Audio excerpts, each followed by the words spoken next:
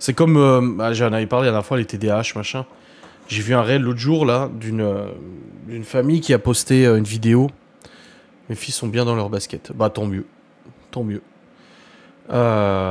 Et du coup, TDAH, où en fait les parents ils ont posté une vidéo où au petit-déj, ils ont un de leurs gosses qui est TDAH.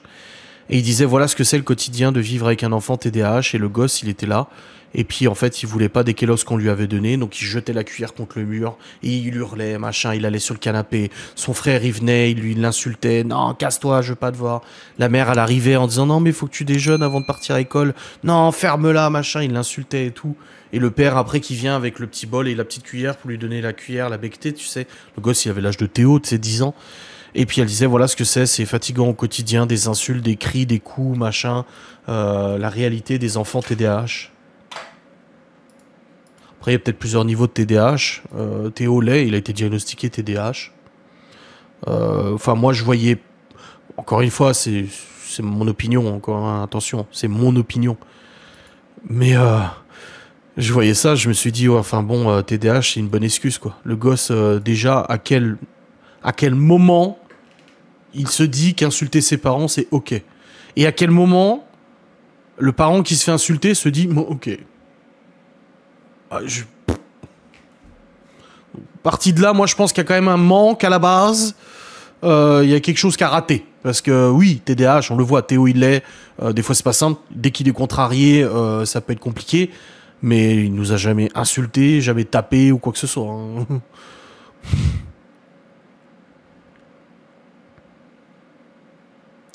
Il y a plusieurs niveaux de TDAH. Oui, parce que je disais, il y a peut-être plusieurs niveaux, mais pourtant, en tout cas aussi au niveau de son diag, Théo, il a un sacré niveau, quoi. Donc je sais pas. Ça marche si tu n'as pas un enfant dur. Sinon, il n'y a que l'enfant qui est apaisé et pas toi. Si tu l'as fait la misère toute la journée. Ouais, après, est-ce qu'on peut dire que Camille serait bien... Colis est bien tombé avec ses enfants et est tombé sur des enfants que du coup ils sont très calmes, très posés et tout, ou alors c'est son éducation qui a fait que ça fait des enfants très calmes, très posés. Mystère et boule de gomme. Le problème en fait c'est que tu peux retourner le sujet dans tous les sens. La réponse tu ne l'auras pas. Tu peux pas savoir. Alors les gens qui sont pro anti-VO, pro Montessori ou bienveillance comme Colis a aucune punition, jamais puni et tout, vont dire bah oui, moi ça marche comme ça parce que je suis comme ça. Moi, je connais des gens qui sont pro-bienveillance, pro-anti-VO, comme toi, Colis, jamais punir.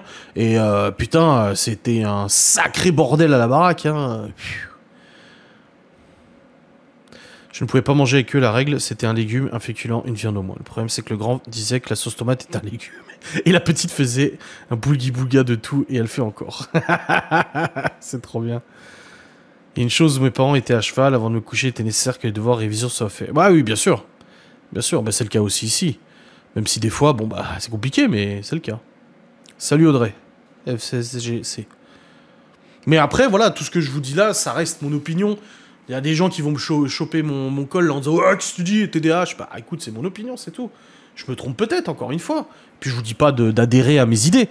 Je dis juste que quand je vois un réel Insta, et je regardais j'ai lu les commentaires, hein, plein, merci, ça me rassure, ça me déculpabilise, mon enfant me frappe aussi depuis qu'il a 3 ans, m'insulte et tout, mais bon, je me dis que voilà, c'est sa maladie, c'est tout à fait normal, il faut laisser faire.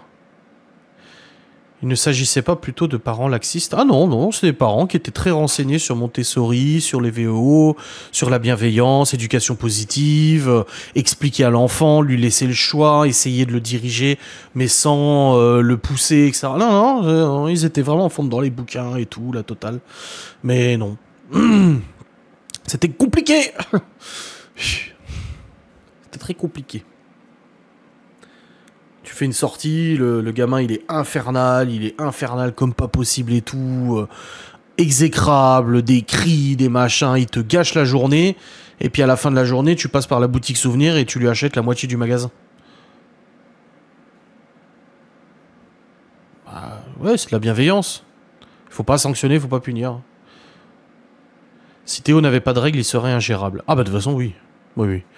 Oui, oui, de toute façon, quand on a des rendez-vous avec la directrice de l'école, elle nous le dit souvent, elle nous dit, putain, vous avez beaucoup de courage quand même, déjà pour 5, et beaucoup de courage aussi parce que Théo peut être très très fatigant, hein. Et on le sait. Mais oui, s'il avait pas de règles, mon Dieu. Enfin, je veux dire, moi, dans le village, j'en vois des gamins de l'âge de Théo qui se traballent tout seuls, en vélo, toute la journée. Mais déjà rien, déjà en enlevant le côté Théo TDAH, je ne verrais pas laisser les gosses à 8, 9 ans, 10 ans, l'âge de Chloé, se promener tout seul dans le village. Moi, ça me paraît tellement insane, tellement grave. Mais après, des parents trouvent ça tout à fait normal. Maintenant, j'ai envie de dire, on voit qui a raison quand tu vas aux réunions scolaires et que voilà. Mais chaud, quoi. La vie est faite de frustration s'il ne l'apprend pas petit. Est-ce qu'il le prend? Est-ce qu'il l'apprendra? Bonne question. J'étais pour jusqu'à ce que j'ai ma deuxième. Aujourd'hui, je suis revenu en arrière. Il y a le parent qu'on pensait devenir et la réalité. Ah oui, de toute façon, oui, ça c'est sûr. Le gamin de la voisine court la nuit. Mon père s'est fait insulter de tous les noms. Bah, c'est comme l'école. Là, il y a une école autogérée là à Paris. Stéphane Edouard, il en a fait plusieurs vidéos. Où en fait, c'est des écoles où en fait, il n'y a pas de règles. Ils s'autogèrent. Mais tu verrais le dépotoir que c'est. Les troubles neurodéveloppementaux, quelle belle connerie. Je sais pas si c'est de la connerie, mais ma mère, elle travaille dans le domaine de l'enfance et elle me parlait de ses formations en me disant oui, on a appris les troubles neuro, machin et tout ça. Moi, je prends les choses avec beaucoup de pincettes, pas de la façon React et tout, mais oui, faire attention à l'enfant, à son bien-être, machin, oui, ok. Mais au bout d'un moment, faut pas non plus déconner, quoi. Je trouve ça un peu trop. Les parents éduquent les adultes de demain. Si tout leur est permis, qu'est-ce que ça donnera plus tard? Des adultes inconséquents, sans aucune norme. Peut-être. Encore une fois, tout ça, c'est nos opinions. Encore une fois, je veux quand même rester clair sur le fait que là, nous avons notre opinion, et il y en a que d'autres opinions, comme notre ami Colli. Et c'est très bien comme ça, on ne la juge pas, on ne juge personne, personne ne juge personne. Chacun fait comme il veut. Chacun va au midi à sa porte et fait l'éducation qu'il veut. Tant que les enfants sont en bonne santé, sont nourris, sont dans un bon cadre, ils sont pas tapés, maltraités ou quoi que ce soit, tout va bien. Moi, je pense que j'aurais pété un boulard. Hein. Si j'avais été à l'école aujourd'hui, avec mes idées d'aujourd'hui ou mes opinions, mon Dieu, je crois que... je veux dire, prends l'exemple de Léo. Léo, orthophoniste. Est-ce que vous vous souvenez qu'on nous a quand même relativement brisé les baloches avec ça, hein? Alors là, orthophoniste, Léo, orthophoniste, Adrien, père indigne, orthophoniste, il l'emmène pas, et nanani, et nanana. Léo n'a pas besoin d'orthophoniste. Il n'en a pas besoin. C'est juste un flemmard, et quand il parle, il a la flemme de parler. Et Malone est pareil. Quand Malone parle, des fois, on le comprend pas, parce qu'il mâche les mots. Et moi aussi, je parle très vite.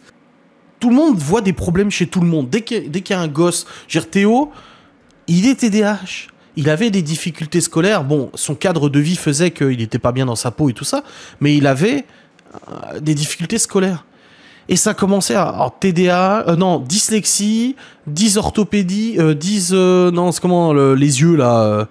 Si, c'est ça, non, dysophtalmie, il avait un problème avec les yeux, fallait apparemment l'emmener faire contrôler, du coup, sa vue, contrôler les muscles de ses yeux, dysorthographie, voilà, fallait tout contrôler, avait un problème, il était 10 et 10-20, et 10-30, et 10-40, tu vois. Nous, bah non, en fait, il avait pas de 10 problèmes ou quoi que ce soit, il voit très bien, pas de soucis. On essaie de trouver des soucis, alors oui, il en a un, mais ça, c'était prévisible. Je veux dire, moi, je pense que je l'étais aussi. Mais encore une fois, le cadre fait énormément. En tout cas, chez quelqu'un, on dit toujours, quand t'es marié, t'apportes à l'un ce qu'il n'a pas et l'autre t'apporte ce que tu n'as pas. Et tu te complètes comme ça et ça forme un couple. Et tu deviens en fait quelqu'un d'autre au contact de quelqu'un. Mais les enfants deviennent aussi quelqu'un en contact de leurs parents, de leur cadre. On dit souvent les fréquentations, les mauvaises fréquentations et nanani nanana. À l'adolescence, le gamin, il a changé de... Voilà, il est devenu mauvais et tout, ouais, ses fréquentations et tout. Oui, parce que le cadre extérieur a une influence sur le gosse. Mais nous aussi, nous avons une influence sur les gosses. Et bien sûr qu'aujourd'hui, nous construisons l'adulte qu'ils seront, avec probablement ces névroses, comme tout le monde en a. Hein. Tu peux pas construire un adulte parfait. On aura merdé sur certaines choses, c'est sûr. On aura réussi sur d'autres choses, c'est sûr. Mais l'important, en tout cas, quand t'es parent, c'est d'essayer de faire en sorte que les enfants construisent les petites briques qui feront justement la maison de leur vie adulte sans faille. Mais ça, c'est sur des trucs bien plus larges que des conneries de chocolat chaud ou quoi que ce soit. C'est que le gosse, à l'âge adulte, il sache que, bah voilà, des sanctions peuvent arriver, hein, que ce soit dans son boulot, que ce soit dans... Enfin, je veux dire, moi, demain, je vais dépasser une limitation de vitesse, je me fais gauler, je me fais toper le permis. Bah, sanction. Sinon, tout le monde roulerait comme des cinglés, tu vois. Donc, bon. Je connais pas celui des yeux. Orthopsie, là, je sais pas quoi, là. J'ai adapté toute la scolarité de ma première car elle a de la dyslexie comme moi. Entrée en 6ème, elle a plein de langues. J'ai été diagnostiqué en CM1 et j'ai pallié la dyslexie en autonomie. Aujourd'hui, il propose des aménagements sur l'anglais. Ouais. Bah ça, c'est aussi le truc de facilité. C'est aussi le truc de facilité, je trouve. C'est que dès qu'il y a un problème, hop, on change. Bah non, en fait. Non. Non, ça... Théo, il a au niveau de l'écriture... Il a un toc, il a un truc au niveau de l'écriture, c'est que quand il écrit, il n'arrive pas à s'empêcher de repasser sur ce qu'il a écrit parce qu'il a l'impression qu'on n'arrivera pas à lire. Et ça, avec sa maîtresse qui est la directrice, on se bat avec ça pour lui expliquer qu'il ne faut pas repasser sur ces mots parce qu'on n'arrive pas à relire ce qu'il écrit. Et c'est moche parce que du coup, il va t'écrire Théo, mais il va repasser sur le T, sur le H, sur le O. Mais ça fait partie aussi de son TDAH et tout.